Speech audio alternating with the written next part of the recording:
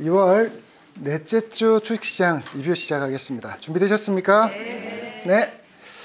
삼성전자나 SK하이닉스만 바라보는 사람한테는 너무나 재미없는 장인데 좀 주식시장에서 좀 제대로 뭔가를 파악하고 분석해 들어가는 사람들 입장에서는 매일매일이 드라마틱한 주식시장이에요.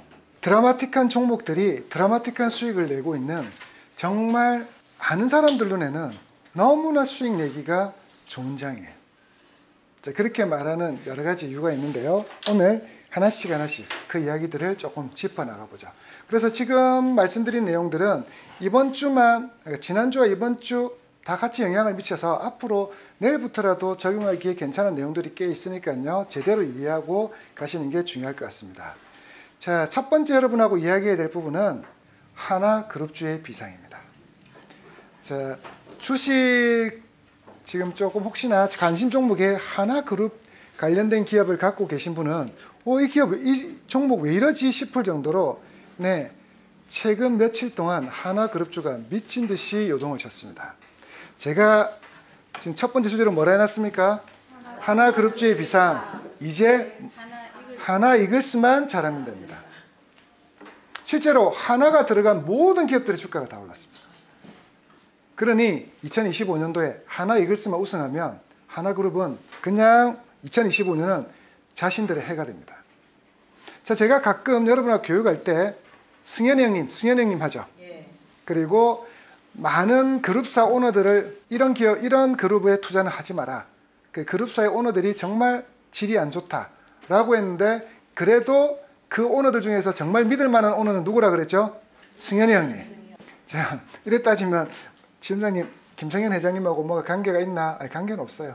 그냥 형님이라 부르고 싶은 회장님이라 이 기업에 한번 이런 그룹은 투자해봐도 된다라고 많이 이야기했는데 그리고 또 제가 뭐라 그랬죠? 승현 형님 믿어도 된다. 근데 진짜 제 말씀을 그렇게 믿고 투자하신 분은 승현 형님이 이번 연도 연초부터 엄청난 선물을 주셨어요. 자, 왜 하나그룹주가 지금 이렇게 시장에서 각광을 받냐면 실제로 이 지난 코로나 때 그리고 바로 2년 전까지만 하더라도 반도체와 2차전지, 로봇 중심 시장으로 시장이 각광을 받았죠. 그래서 첨단 산업을 그룹사에서 하고 있는 기업들이 각광을 받습니다. 주로 어떤 기업입니까? 삼성, SK, LG그룹. 그러면서 이때 당시는 이런 기업들의 시총이 엄청나게 늘어납니다. 그 삼성전자가 10만 원까지도 바라보고 있었던 시기가 이런 거죠. 이런 반도체, 2차전지, 로봇 중심의 시장. 그리고 포스코 기업이 그때 당시는 또 2차전지 한다고 각광을 받기도 했고요. 자, 그런데 이게 이제 어디로 바뀌면서 조선, 방산, 전력, 원전 등의 산업으로 힘의 균형이 그리고 실제로 이게 지금 현재 우리나라 수출 산업에서 가장 큰 영향을 미치고 있고 또 수출 주도 품목이 되다 보니까 이런 산업을 하는 그룹사들이 지금 각광을 받는 거죠. 조선, 방산, 전력, 원전 등을 하는 그룹사가 하나, HD현대그룹, 그리고 LS그룹, 두산그룹이죠. 그러면서 이쪽 관련된 그룹사가 각광을 받고 이쪽에서 조선, 방산, 전력, 원전 등을 하는 기업들이 주가가 요동을 치고 있습니다. 첫 번째로는 글로벌 AI 산업 경쟁으로 인해서 전력 수요가 증가하고 그러면서 원전 전력기기 수요가 증가하고 있는 거죠. 그러니 원전을 하는 두산에너빌리티, 두산그룹주가 중심을 잡고 있고요. 그리고 전력 산업을 하고 있는 HD현대일렉, 그리고 LS일렉, 또 효성, 여기 효성은 굳이 안 넣는데요. 효성도 이쪽 산업에 꽤 많이 하고 있습니다. 효성중공업 같은 기업들의 주가가 급등을 하는 거죠. 그리고 전력 산업만 성장하지 않습니다. 최근에는 미국 국방장관인 헤그세스가 유럽에 요구하고 있죠. 야, 너희들 우리만 믿고 너무 국방비에 투자를 안 한다. 너희들은 돈도 많으면서 왜 국방비에 투자 안 해? 그러니까 뭐라고 합니까? 나토 국방비를 올려라. 유럽의 자체 방위조약이 나토인데 그 나토에 속한 너희들 우리만 믿지 마라. 왜 우리가 너희를 지켜줘야 돼? 트럼프의 기조이기도 하죠. 그러면서 미국은 자신 나라의 천조국이라 불리는 미국이 국방비에 천조를 쓴다 해서 천조국이거든요. 근데 얘들이 야, 우리 천조 이제 더 이상 쓰지 말자. 우린 좀 줄이고 자, 주한미군에 있는 애들도 비용을 누구한테 전가시키자. 한국한테. 유럽에 주둔하는 미군들에 대한 부담도 얘들은 좀 시키고 그리고 궁극적으로 우리가 지켜주지 말고 걔네들이 무장하라 해라. 이런 거죠. 그러면서 이걸 이야기합니다. 이 빨간색이 중요한 건데요. 나토 가입국은 GDP의 몇 프로? 5%를 나토 가입국은 GDP의 5%를 국방비 정액에 쓰라고 요구합니다. 자, 이게 결국 뭐의 주가를 움직였냐면 방위산업, 방산기업의 주가를 움직여버린 겁니다. 그러니까 지금 나토에 특히 지금 우리나라가 어디에 수출했죠? 폴란드. 폴란드는 우크라이나가 러시아의 침공을 받는 걸 보면서 아, 다음은 누구라고 생각한 거예요? 다음은 우리구나. 왜? 폴란드는 알거든요. 2차 대전 때도 독일이 어떤 짓 했어요? 자기를 제일 먼저 침공했다는 걸 아니까요. 그리고 우크라이나 국경을 제일 많이 마주대하고 있는 것도 폴란드예요. 그 다음이 헝가리, 이런 애들이거든요. 그러니까 폴란드, 헝가리는 벌써 우리나라랑 K9 자주포와 K2 전차에 대한 수입을 의논하고 있죠. 그러니까 폴란드는 이미 많이 가져가기도 했고 또 추가로 수주를 하고 있고, 헝가리는 이제부터 하겠다 그러고. 자, 근데 가격 대비 성능이 너무 좋아. 그리고 제가 예전에도 말했죠. 우리나라 방산업체가 각광을 받는 이유는 가격 대비 성능도 있지만 온타임, 주문하면 주겠다는 그날에 지켜주더라는 거죠. 독일 레오파드 전차는 주문을 해놓고 나면 준다고 해놓고 몇 년 더 기다려야 되니까 이거는 당장 급한데 이게 안 되더라는 거죠. 그러면서 저렴하고 제때 공급이 된다 그러니 오케이. 그러면서 한국 방산기업들이 최근 들어 각광을 받고 있는 겁니다. 폴란드로 물꼬를 틀고 나니까 점점점 전 세계에서 한국 방산기업을 요구하고 있죠. 그래서 유럽에서도 지금 이런 배경으로 인해서 국방비에 GDP에 국방비 5%를 써야 된다, 이 배경으로 앞으로 한국 방산기업이 더 각광을 받을 거라는 생각에, 원래 방산기업이 저희들이 투자해서 수익을 많이 냈던 기업이죠. 현대로템, 하나에로스페이스 수익 많이 냈고 이제 추세가 깨졌으니까 버리라고 했고, 그리고 실제로는 쭉쭉쭉쭉 하락했는데 트럼프가 대통령 당선되면서 분위기가 반전되고 그러면서 다시 주가가 신고가를 돌파하고 있습니다. 그럼 진정이 그때 안 파는 게 맞았냐고요? 아니에요. 지금 이건 이제 결과론적 상황이 이렇게 또 벌어진 거죠. 어차피 여러분 수익 잘 냈고 지금 다시 확신이 생기면 뭐 하면 돼요? 다시 투자하면 돼요. 분석해서. 자, 그래서 이런 배경 때문에 방산업체가 와, 엄청난 매출을 올릴 수 있겠다 생각한 거예요. 실제로 작년에 하반기에 방산업체가 고점 찍고 내려온 이유는 폴란드 다음에 수준은 이제 더 이상 없지 않겠냐라는 거였어요. 왜냐하면 실제로 유럽 다른 나라의 전차 수출을 거의 타결까지 갔다가 결국 그 나라가 어떤 전차를 했냐면 독일의 레오파드 전차를 결정을 해버렸어요. 가격도 좋고 온타임에 할 수 있는데도 뭐라고 했냐면 유럽에서 압박을 낸 거죠. 유럽에 의해서. 우리가 다 독일 전차 쓰고 있는데 너희가 한국 전차 쓰면 호환이 안 되지 않느냐. 그리고 유럽 국가끼리 돕자. 이런 논리로 한국 방위산업이 배제를 받는 분위기를 보면서 제가 여러분에게 이제는 매도해라 했거든요. 근데 지금 이러한 부분에 봤을 때는 독일이 이 방위산업의 수요를 못 맞추는 거죠. 특히 독일은 K9 자주포 같은 건 없어요. K2 전차 같은 레오파드 전차는 있지만 그런 부분이 없기 때문에 이게 더 각광을 받고 있는 거죠. 특히나 노르웨이인가 스웨덴인가요? 핀란드 위에 있는 나라가 노르웨이인가요? 이쪽에서는 우리나라 K9 자주포를 가져갔어요. 그런데 그 나라가 K9 자주포를 쓰고 나니까 너무 좋은 거예요. 그러면서 유럽 국가들에게 K9 자주포 좋다, 사라라고 그 나라가 홍보까지 해주고 있는. 그래서 전반적으로 한국 방위산업이 다시 각광을 받는 분위기가 돼가고 있는 거예요. 대내외적으로. 자, 그리고 이 방위산업에 그동안 군함이라든지 잠수함 같은 거는 조금 예외로 두고 있었는데 미국이 어떻게 하고 있어요? 우리나라 자기 나라의 자체 조선 기술로는 이제 더 이상 뭘 소화 못한다. 군함과 항공모함, 잠수함의 건조를 못하니 동맹국에게 군함, 잠수함, 항공모함 건조를 할 수 있도록 법으로 풀었습니다. 그래서 미국 의회에서 동맹국 조선소에서 군함정을 건조할 수 있는 법안을 발의하면서 이게 갑자기 하나오션, HD 현대중공업, 이게 MRO 사업에 때문에 우리가 투자를 했죠? 기억나십니까?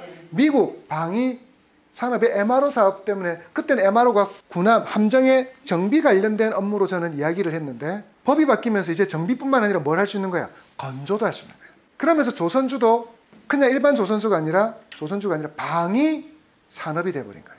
그렇다고 삼성중공업까지는 아니고요. 현대중공업과 하나오션은 우리나라에도 벌써 지금 함정과 잠수함을 건조하고 있으니 그거 그대로 하면 되니까 그 두 기업이 방산업으로 또 분류되면서 다른 조선주는 조금 주춤한데 이 두 기업이 급등합니다. 그리고 의외로 조용했던 HJ 중공업, 부산에 있는 한진중공업. 한진중공업도 조금 낮은 군함, 제가 군대에 있을 때 말하는 참수리급 또는 구축함 정도에는 걔들도 만들었거든요. 그러니 걔들도 뜨기도 시작합니다. 그러니 국방비 관련된 군비 경쟁이 일어나면서 방산업이, 그리고 조선주도 주에서도 군함 건조를 할 수 있는 조선주들이 급등을 하는 거죠. 자, 그리고 또 하나는 미중 경쟁으로 또 희한한 일이 벌어지고 있습니다. 중국과 미국 계속 싸우고 있죠. 자, 싸우면서 이거 뭐 중국 거 쓰지 마라, 이거 중국 거 쓰지 마라 계속했죠. 중국한테 반도체 수출, 엔비디아 수출하지 마라. 그리고 중국 2차 전지 관련된 소재 쓰지 마라. 중국 배터리 쓰지 마라. 중국 자율주행차 드론 쓰지 마라. 계속 하더니 결국 뭐까지 하지 말라냐면 중국 배 쓰지 마라. 그래서 이제 중국에서 건조된 배가 한국으로 오면 실제로 그럴는지 모르겠는데 운임을 더, 그러니까 입항할 때 수수료를 더 물리겠다, 뭐 그런 말까지도 나오고 있죠.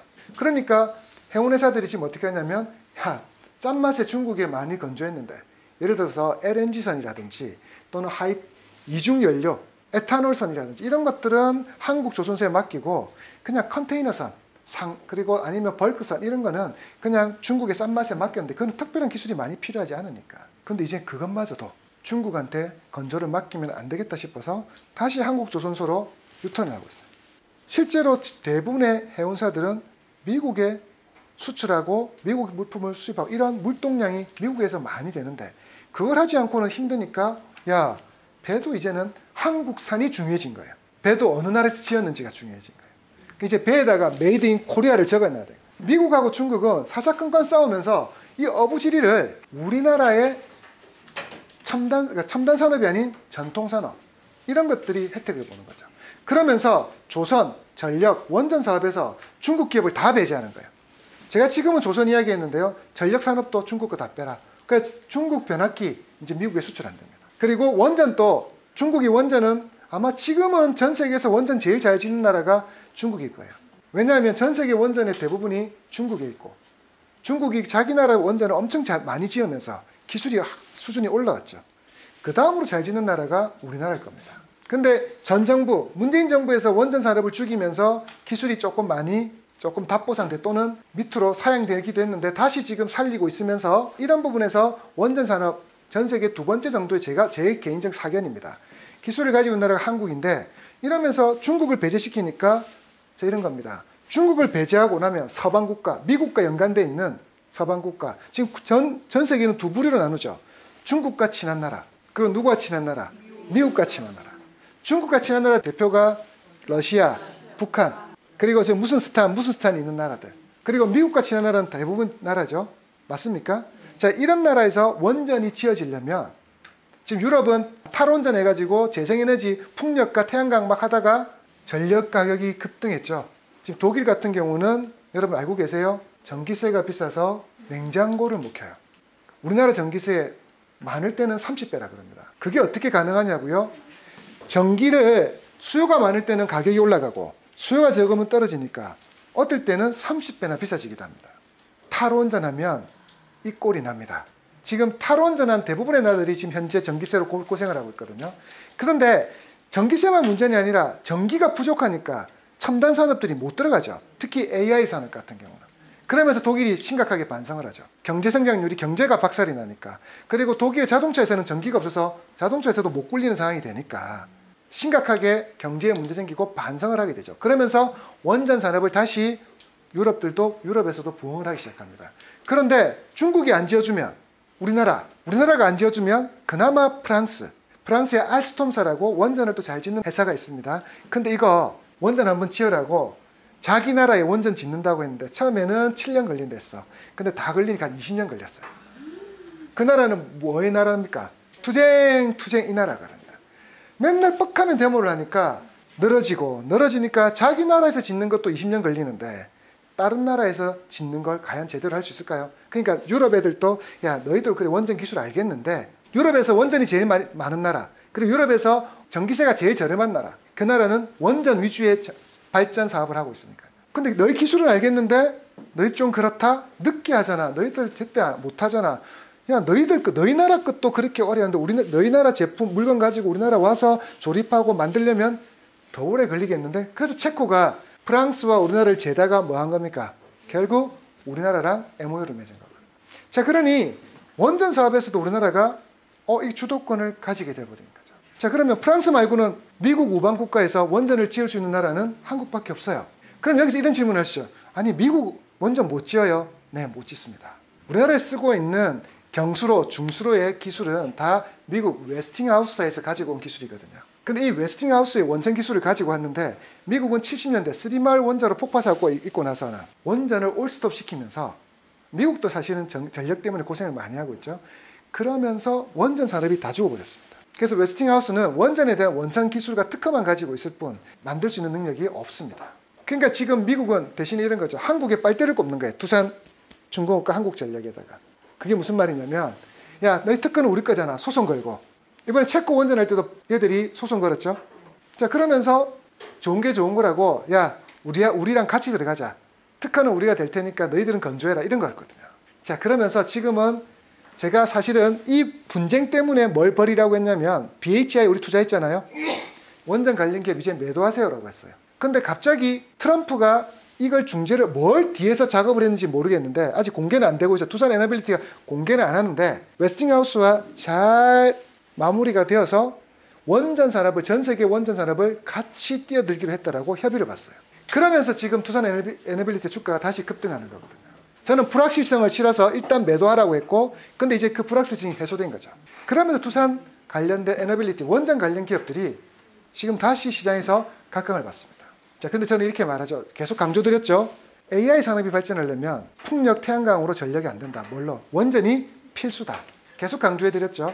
자, 그래서 이 모든 것들을 거의 대부분 하고 있는 그룹이 어디입니까? 하나그룹이죠. 아까 지금 말씀드린 걸 다 하는 거. 방사는 하나에어로스페이스, 하나시스템. 조선은 하나오션, 하나엔진. 심지어 반도체 장비도 합니다. 하나비전. 자, 그러니까 지주사 하나 주가도 급등을 하죠. 자, 보시면 주식시장에서 보시면 승현이 형님 관련 기업들 주가를 한번 보십시오. 하나 일주일 동안 이렇게 올랐습니다. 일주일 동안 2배 올랐습니다. 하나는 지주사예요. 하나 이름이 붙은 계열사를 다 가지고 있는 지주사. 그런 지주사 주가는 사실 안 오릅니다. 지주사 주가 보세요. 계속 그 자리죠. 지주사는 원래 주가가 이렇게 변화가 없습니다. 그런데 지주사가 이렇게 급등을 합니다. 저 지주사가 이렇게 짧은 기간에 2배 오르는 거 처음 봤습니다. 자, 승현이 형님. 나 이제 승현이 형님 관련 기업의 맏형 하나가 이렇게 급등을 하고요. 이렇게 급등한 배경에는 첫 번째 제일 효자는 하나에어로스페이스입니다. 고점 찍고 밀렸죠. 쫙 다 꺼졌죠. 심지어 121선까지 이탈해서 쉽게 말하면 엄청나게 시세 상승을 하고 나서 이제 뭘로 가는 기업? 골로 가는 기업인데 이걸 트럼프가 끌어 말아 올린 겁니다. 자, 하나에어로스페이스 오늘 또 신고가입니다. 하나오션. 근데 얘는 그래도 조금 이 하나에어로스페이스 오를 동안 그냥 쉬어가면 옆으로 갔습니다. 그렇게 왜? 그 먼저 올랐으니까. 자, 그 다음 하나오션이 이렇게 했고, 네, 하나엔진. 얘도 그렇게는 크게 안 올랐습니다. 그런데 저의 애착 종목 하나비전. 하나비전 3만원에서 얼마로? 51,000원. 자, 제가 이거 절대 버리지 말랬죠. 그리고 계속 이거 저점, 여기 저점이니까 요 가격에 사고 이게 신고가 돌파하면 계속 보유. 자, 신고가 돌파시켜 놓고 이 가격 안 깨져. 이 가격 안 깨져. 이 선은 제가 오래전부터 여러분께 꺼놓고 보여드린 선입니다. 기억나시나요? 자, 그래서 이거 제가 하나비전 계속 여러분 어떡합니까? 물을 때 제가 뭘 했어요? 팔지 마라. 그리고 제가 뭘 했습니까? 또 오르면 순식간에 오를 거라고. 네, 진짜 순식간에 올랐습니다. 잘 만들어졌죠. 하나비전뿐만 아니라 이제 하나 또 어떤 게 있습니까? 시스템. 네, 하나 붙은 건 다 같습니다. 심지어 백화점인 아무 관계없는 하나 갤러리아도 같습니다. 자, 그래서 하나그룹은 완전히 시장의 중심이 되어버렸죠. 자, 그리고 하나그룹뿐만 아닙니다. 어떤 기업? HD현대. HD현대는 뭘 가지고 있죠? HD현대 일렉트릭, HD현대 중공업. 자, 그러면서 HD그룹주도 아까 하나오션은 군함 건조 때문에 올랐다 그랬죠? 현대중공업도 군함을 만들잖아요. 자, 그리고 이날 급등을 했다가 지금 다시 N자형으로 만들고 있어요. 파급력은 좀 약하죠? 자, 그리고 어떤 기업? LS. 그래서 우리 여러분이 제가 추천했고 여러분이 투자하고 있는 LS 일렉트릭이 한 번, 두 번 오르고 N자 만들고 정말 대문자 N을 만들고 오늘 20% 가까이 시간 내에서도 또 급등하고 있습니다. 지금 29만 원을 돌파했죠. 지금 여러분의 수익률 이때 추천했잖아요. 121선 눌림목에서 지금 여러분 얼마 수익률이 20만 원대가 될 거니까 지금 거의 한 30%, 많은 분은 30% 이상, 적은 분은 20% 이상 이렇게 되실 것 같습니다. 하나그룹주부터 해서 LHD인데 LS 두산그룹의 전통 기업을 운영하는 그룹주가 뜨고 있다. 첫 번째 주제입니다. 됐나요?